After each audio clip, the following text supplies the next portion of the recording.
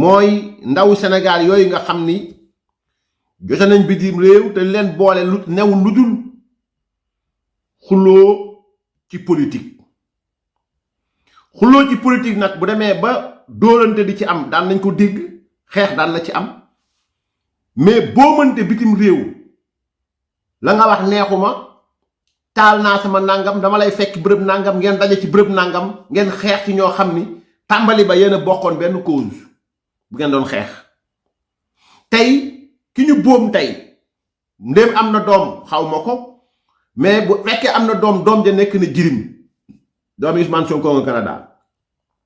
bu nekkoon ne tey amul doom sax mais am na yaay ak baay ay mag ak ay rak baayam ak ndeyam tey ci naqar la ñuy fanaan maa rakam nekk fanaan ci ay fitna ka boom ak ka ñu boom yépp ki boom am na cas de conscience boo xam ni donte ni jàpp na dañ koo tooñ parce que àttewuma xaw ma luñ jotee dégg naa rek ne ñoom ñaar ci TikTok la coow la tàmbalee dem ba kenn ki dem fekk kër kenn ki wóoruma parce que j'attends de voir la vidéo de Vigie j'attends de voir le développement des choses ak lu ci mën a am ak lu mu mën a demee nous en appelons à la prise de conscience de la jeunesse sénégalaise dellu si waat leen seen xel jaru ko man de Macky Sall jarul ma boom benn doomu aadama nii l'APR nii Macky Sall amul ku ci àdduna ku ma jaral dara maanaam ku ma jaral dóor doomu aadama amul man sàcc sax daan na sàcc ñu jàpp ko su ma ñëwee jàkkaarloo moom automatiquement dama ko yërëm damay bëgg ñu bàyyi ko mu dem parce que maanaam la vie humaine elle est sacrée tellement que yow mi ko yàlla jox bul ko fowe mais ñeen ñi aussi buñ fowee dundu gi donc et c'est pourquoi nous en appelons à la prise de conscience de la jeunesse sénégalaise à la prise de responsabilité nekk leen ay responsable c'est-à-dire que man le débat politique actuel bu ñu yëgsee fi ñu yëgsi ba tonn fii on doit se poser la question jusqu'où sommes-nous allés maanaam jusqu'où sommes-nous prêts à aller maanaam ñun fan la ñu bëgg dem yegg ji lu ñu bëggati waaye nag lu waaye waxadi ñëpp xam nañ ni c'est la responsabilité toute la responsabilité incombe à Ousmane Sonko lépp parce que boo ko waxee ñu ne la da ngay jéem a kii déedéet c'est-à-dire kilifa bu taxawee ci mbooloo nekk njiitu jëwriñ war nga xool li ngay wax parce que ay xale lay déglu war nga saytu mot pour mot li ngay wax baat ak baat li ngay wax parce que ay ndaw ñoo lay déglu bàyyi la xel jox la nopp amaana sax am na ñoo xam ni jox nañ leen seen xol yàlla rek a xam waaye lu ci mënti am rek mooy ñooñu la jox xel jox la nopp jox la xol sax amaana dañuy mujj gumba tëx lu bu boobaa yow buñ lay déglu nga tàmbali sa kàddu ci politique le combat s'annonce mortel ay gladiateur lépp lu Ousmane Sonko di def bañ na ko ba seen logo parti léopard la léopard newul loo xam ni lu maanaam jikkoom lu baax la très sincèrement léopard maanaam segg li ñu ko xamee mooy agressivité donc c'est un animal violent sanguinaire imprévisible et dangereux profondément sauvage prédateur par nature dépourvu de sens du bien commun étranger à l'idée de cité et de vie collective loolu mooy segg moo nekk ci logo wu Pastef jàmbaar boo mën a génne logo Pastef nga génne ko ñu wane segg bi segg c'est-à-dire que c'est un animal violent sanguinaire dama bëgg jikko yi segg yor rek ngeen xool ndax waa Pastef amuñu ko buñ ko amulee rek ngeen ne kon seen lii mérité wuñ ko ñun Sénégal xamuñu jikko yii ñun bañ nañ ko ba suñu animaux yi ñu xam fas la peut-être fas noblesse am gaynde njàmbaaram et cetera mais buñ ñëwee ba indi segg war ngeen xam ni segg c'est un animal violence boobu moo ne ci waa Pastef sanguinaire deret tout deret ak naan ci ndox mi la ñemale billaahi imprévisible. C'est un animal dangereux, profondément sauvage. Sauvage weesuwul lu ñëpp bokk nga taal ko. Sauvage weesuwul loolu. Sauvage weesuwul loolu maanaam lu ñëpp bokk nga taal ko loolu sauvage weesuwul ko. Un animal prédateur. Prédateur weesuwul prédateur bu de façon am na prédateur mais ba ci sexuel. Donc lépp dafay am. Billahi. Donc prédateur par nature, dépourvu de sens du bien commun. Dépourvu de sens du bien commun. Ndax newul ci waa Pastef si tribunal bien commun la, banque bien commun la, mairie bien commun la, terre bien commun la, BRT bien commun la, lépp la ñuy taal. Lépp la ñuy taal, violence, saaga, fitna, menacé. Donc étranger à l'idée de cité et de vie collective boobu moo ci gën a garaaw Pastef dëkkoowuñu kenn lu dul seen bopp xajoowuñu kenn lu dul seen bopp ñoom jàpp nañ ni ñoom ku ñu bokkulul gis-gis ku ñu bokkulul jëmukaay ku ñu bokkulul xalaat lenn nga war a def noppi mbaama saaga la noppi mbaama xeex ak yow noppi mbaama fekk la fa nga nekk ak par n'importe quel moyen danaa fexe ba nga noppi loolu loolu vraiment voilà donc benn ñaar bi ñu mën a génn ci segg mooy un animal gouverné par l'instinct l'ego et la logique de domination ñett yooyu moo nekk ci gaynde instinct le léopard bon c'est la nature animale quand même l'instinct boo xoolee booy parce que nga xam ne instinct la ñuy demee parce que quelqu'un qui réfléchit day toog mu xool wax bi ak wax bi ak wax bi ak wax bi lan moo ci yenu maanaa lan moo ci yenu maanaa gis nga loolu yàlla da cee prêter attention ba moom sax ba muy wax moom borom bi subhanahu wa taala alquran kàddu yàlla la subhanahu wa taala ba yàlla di wax sax dafa fexe ba lu muy wax lu nekk rek da ciy bàyyi xel pour mu bañ a am contradiction moo tax le Coran min ba li ko tàmbale Fatiha ba Naas doo ci fekk contradiction billahi moo tax bi Roger Galodi quand même doon en tant que scientifique benn aaya jaaxal ko mooy fi yàlla di wax wa ya'lamu maa fil arham donc mu ne yàlla fii alxuraan da ko xaw a jaaxal parce que maa ismun li ghayri aqil maa mooy tout maa dañ koy jagleel loo xam ni dundul maanaam du luy dundu li ghayri aqil bon maa pour la chose la moo tax yàlla fii ne moom rek moo xam la chose qui est dans nu mu tudd sax ci biir ruxamu jigéen qui est dans le ventre de la femme maa bi jaaxal Galodi finalement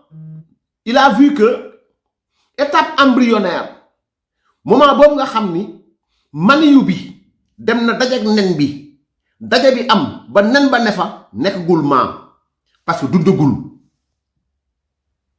maanaam nekkagul man parce que dundagul kon loolu moo tax yàlla ne wa ya'lam maa fil arham kon laata muy nekk dara ba yow gynécologue bi wala mën def échographie xool ndax kii góor la wala jigéen la bu fekkoon dafa ne wa ya'lamu man fil arham bu boobaa mook gynécologue bi ñoo ci yem kon loolu contradiction lay indi moo tax gis nga fi mu jëlee comme te moom yàlla keroog bu muy wax ak malaaka yi inni jaa'ilun fil ardi xalifa ba ñu wax ko ne ndax da nga yóbbu ci kaw suuf patati patata yàlla na leen moom yàlla xam na li ngeen xamul sujjóotal leen aadama ñu sujjóotal aadama parce que aadama boobu boo demee nga xool sax ci ñi jàng affaire génétique maanaam ci ADN yi maanaam ci li nga xam ne mooy maanaam comment dirais-je silsila génétique doomu aadama mi ngi bàyyee ko suñu maam aadama moo tax lu ñu xam lu nekk aadama xamoon na ko moo tax yàlla ne woon su jootal leen aadama parce que maanaam su joot boobu ñu sudoon aadama ku nekk nga ca waaye lu nekk nga ca boo ne portable boo ne nangam yàlla lépp la xamal aadama tout wa allama aadama al asma kullaha mu xamal ko lépp tout kon pour me revenir ci contradiction bi c'est-à-dire bi yàlla waxee wa ya'lamu maa fil arham bu waxoon man fil arham moom yàlla kese ko xam liy dund li nekk ci biir ruxu mu jigéen bu boobaa contradiction am na ci alxuraan parce que scientifique yi xam nañu bu xale nekkee lumb ba tàmbali nekk ci étape embryonnaire maanaam xam nañu développement xale bi dañuy xam bu boobaa bu commencé dund ñu xam ndax góor la wala jigéen la ndax nangam moo tax yàlla indiwul foofu man fil arham dafa ne wa yàlla maa fil arham ba mu ne car man yu ba dem war dem fekk ji nan ba ovule ba yàlla mu maa fil arham mooy xam ndax dana am juddu wala ndax du am juddu mooy xam ndax dana jàpp moo xam ndax du jàpp nangam sangam kon contradiction yooyu doomu aadama bu yàlla may xel ba pare teg la ci àdduna donc war nga mën a wuute ak animal malheureusement on a devant nous benn genre cercle boo xam ni fermé d'abord parce que ku bokk ci ñoom bëgguñu la ku bokk ci ñoom jàpp nañu ku bon nga ku bokk ci ñoom jàpp nañ ne boo amee xaalis détournement de deniers publics ngay def ku bokk ci ñoom jàpp nañ ne nangam sangam et ñoom en 2 ans ils sont devenus riches en 2 ans ils sont devenus dañuy dawal ay oto dañuy def ay nangam mënuñu ko nangu ñu def 12 ans ci pouvoir yow mi def 12 ans ci pouvoir boo yoree oto bu baax ñu ne sàcc la moom mi def 2 ans ci pouvoir war na mën takk jabar bu bees tabax ay kër yu bees jënd oto bu bees yor ay matériel yu bees man nangam sangam buñ la waxee ñu ne waaw day fayeeku xaalisam ñee fayeeku 12 ans te bien avant 12 ans retenez bien que bëri na ay ñu bokk ci biir APR ñoo xam ni dañ nekkoon sax si beneen régime wala ñu nekk sax ay nit yoo xamante ni la leen tëkkalewu leen maa ngi ñëw ci kaawu Farba Ngom ak Tahirou Sarr donc moo tax ma ne leen le seul fait que ñu jël léopard ñu jël segg boobu def ko emblème mooy wane ne ñii maanaam nu mu tudd sax mi ngi noonu donc et c'est la raison pour laquelle aussi nu mu tudd sax mi ngi noonu donc la responsabilité quand même toute la responsabilité incombe à Ousmane Sonko qui ouvertement bërki démboo ñaar taxaw fii mu ne xam nañu seen kër yi nan le premier ministre jàkk taxaw yi naan justice bu ñu neexoon ñu fayu ban réew la am en tant que premier ministre nga war a génn ci xelu nit ñi l'idée de fayeeku nga war a indi l'idée de preuve du factuel parce que ku am le factuel jarul ngay fayeeku jarul ngay fayu non mais bu ñu demee ba un premier ministre am justice même bu nekkee ne nee na bëggul justice bi mais y a la justice quand même y a le code pénal y a le code de procédure pénale n'importe quel juge boo fi indi code pénal boobu lay appliqué ak code de procédure pénale boobu lay appliqué mais boo taxawee naan ay xam nañu seen kër yi même bu nekkee duñ ko def waaye xam nañ seen kër yi mën nañu venger wu loolu c'est de l'irresponsabilité notoire et caractérisée mag du ko waxee noonu mag du waxee noonu ci pénc ku am sa doom mu tegu nga ne jàpp ne dañ koo tooñ nga ne ko waaw mi ngi nii toog mais bu ma neexoon fayu waaw mais damay xaar papaam ñëw jéggalu nangam sangam buñ dogee ñeenti fan papay kooku ñëwul jéggalu mais xale boobu bu fekkee xale bi ci beddam day fayu doo xam fu muy mujj loolu moo encouragé nu mu tudd sax cette manière de nu mu tudd sax d'agir de la jeunesse et qui malheureusement donc mi ngi noonu donc ces paroles d'une irresponsabilité rare s'inscrivent par ailleurs dans un discours habituel marqué par une rhétorique incendiaire caractéristique du PASTEF depuis son apparition sur la scène politique. Ainsi, ce parti, sous la houlette de son leader, n'a cessé d'œuvrer à la division profonde des Sénégalais, attisant une haine viscérale entre concitoyens au nom d'un combat prétendument patriotique. Donc, dañuy jël patriotisme jàpp ne que li ngay wax sama leader neexuma. Ensuite, ils sont pas démocrates. Yéen saa yu ngeen xëyee temps yi sax vous avez vu que dama xaw a wàññi tuuti sax ni may wax ak moom parce que tout simplement dama bëri ñu ma waxtaan ñu ma ne jaru ko c'est-à-dire ça vaut pas la peine donc moo tax xam naa ne moom danaa wax ci moom danaa dal ci kawam na ma ko doon defee nag waaye nag bon voilà donc avec la manière mais quand même bu fekkee da ngeen nekk ci réew nekk ay xale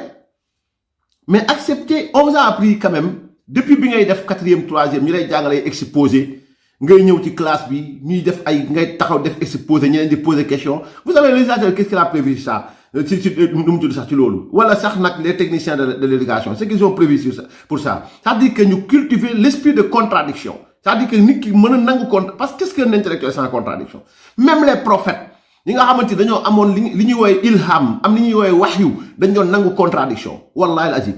dañ doon wax keneen wax mais dañuy xam ne contradiction la c'est-à-dire contradiction moom la yàlla bind ci doomu aadama lu ñuy permettre tey ji ñu mën a dund dans la cité mais convenablement parce que respectant li nga xam ne mooy les normes et les règles yi nga xamante ni moom la ku nekk war a respecter afin de ne pas transgresser li nga xam ni mooy les libertés des autres. Kon en tant que jeune vous devez accepter le débat contradictoire. Tant que vous ne l'accepterez pas, ça dit que ni fekk nanguwu leen ko. Dans ce cas maintenant, bon voilà, je sais pas, mais da ngeen dëkk ci naqar. Qu'est-ce que l'Alliance pour la République n'entend pas? Lan ngeen ñu dul wax ñun? Vous nous avez traité de criminels sans preuve. Vous avez traité de ñuy def ay favoritisme ci affaire ñaari tur sans preuve. Vous avez traité de détournement de deniers publics sans preuve. Aucune. Pourtant ñun en tant que ñun, nous essayons de répondre, acceptant le débat contradictoire. Dama yéen plateau nangam sangam même plateau da ngeen fay dem bon voilà donc ku ñu wax ngeen ne li nga wax ni boo ko waxoon nangam ñu fusillé la wala nangam sangam ça c'est pas du jikko sénégalais. Malheureusement tey moo am bitim réew ci jour boo xam dañ ne journée diaspora la ñu yàkkoon ne journée diaspora ay xalaat ak xam-xam moo fay génn ngeen di xeex ba faatante boo mënte donc loolu quand même ak fu ngeen mën a far personnellement ça me touche profondément. La vie humaine elle est sacrée du doomu aadama moo war a toog voilà mi ngi noonu mais quand même on ne comprend pas donc cette haine viscérale entre concitoyens mag sama mag ñoo dëkk benn kër tuddatuma ko pourquoi parce que Ousmane Sonko la bëggul Ousmane Sonko mais est-ce que c'est forcément ma bëgg Ousmane Sonko man non de ma vie d'activiste de ma vie d'homme politique je serai toujours et jusqu'à la fin de mes jours jusqu'à mon dernier souffle mënuma ànd ak Ousmane Sonko ci àdduna nii moom nii ku bokk Pastef ndax damay jusqu'à mon dernier souffle damay nekk opposition yàlla nekk loolu sax baax na mais mënuma ko bëgg c'est-à-dire mënuma ko bëgg lu tax nag maintenant parce que diine duma ci wax dara parce que booy bëgg nit bëgg ko ngir jikkoom booy bañ nit bañ ko ngir jikkoom li tax ñu ñëpp ñu bëgg sallallahu alayhi wa sallam mooy yàlla dafa ne wa innaka la ala xuluqin azim jikko bu doon melokaan la yaa ko sol maanaam kenn tiimatu la si jikko kon kooku moom buñ koy bëgg jikkoom moo tax mais buñ bañee iblis jikkoom moo tax buñ bañee Firawna jikkoom moo tax ñun xamuñu Firawna xamuñu iblis on les a jamais vus mais neexuñ ñu pour la bonne et simple raison kii dafa rëy kii dafa iñaan ñoom ñaar ñoo bokk même jikko mais jikko yooyu bu nekkee ci doomu aadama man mënu ma ko bëgg rëy na fu ba fa rëy yem parce que rëy nu esuwul nga def sa musiba ba pare bañ ko nangu jiñ ko ñeneen complot loolu rëy la donc ku am loolu ñu ne la yow ku sell nga maa fa baatu sell dañ ko war a xoolaat donc mbir moomu feebar la boo xam ne cette haine viscérale donc mag sama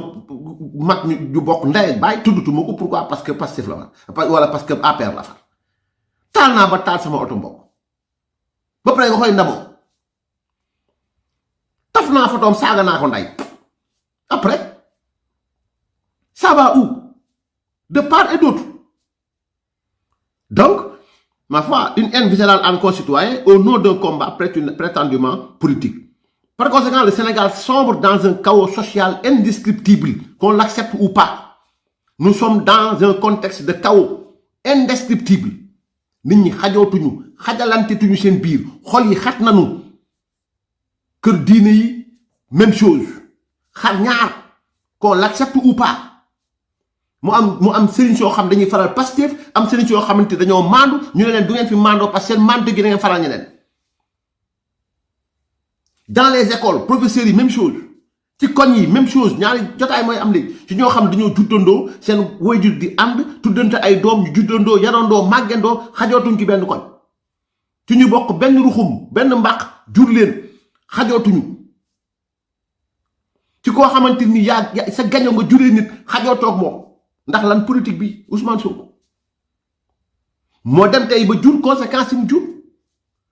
ki jóg dem ne il va en découdre avec quelqu'un kooku toog di ko xaar moom mu dem yàlla rek moo fi mën dox seen diggante Iblis mën na leen inna seytaan yanzi'u baynakum c'est-à-dire seytaan dafay ñëw dox seen diggante te seytaan dañ koy tooñ de moom ma nga ne ca lam nekk mais dafa am ay représentants am ci kaw suuf ñoo xam pour am mbooloo il n'hésite pas à ñëw ci réew tàqale nit ñi séparer leen def ñi ñu bon def ñi ñu baax mais avant 2019 avant 2020 ñun xamuñu lii avant 2019 réew mi PDS APR parti socialiste wala sax mën nga ne ñoo bokkoon benn coalition d'accord mais jëlee yeneen coalition yi wala nga jël yeneen parti politique yi dañ doon bokk benn conseil municipal dañ doon bokk benn daayira dañ doon bokk benn jàkk dañ doon bokk benn terrain di football dañ doon bokk benn nangam dañ doon bokk benn nangam ñun am nañ équipe boo xam ne politique ko tas équipe boo xam ne man maa dañ doon góolu chaque dimanche maa ngi doon taxaw yor kaa yi di faxas billaay ak di basan mais moom loolu amatul pour la bonne et simple raison que politique bi dominé na ko xajootuñ ma man tamit dama yor jikkoy soldat lijjantiwu ma la billaahi parce que man li may wax rek daara safuma ci àdduna parce que bénéfice laa jund yàlla ma tim xam na ko donc yooyu yëpp bu amee c'est la responsabilité mooy xeet bu bees bi nga xamante ni ñoo génn ci kër yi génn ci mbedd yi génn ci pénc mi génn feneen ak feneen constitué wu nekk benn kuréel après yow si ngay rendre compte ne ndaxte yow nit kii def naa ko xarit wala ma magoo ko wala ma rakkoo ko wala ma nangam sangam mais ndakate yoo jikko bii mi ngi ci moom ndakate yoo jikko bii mi ngi ci moom man daan naa dugg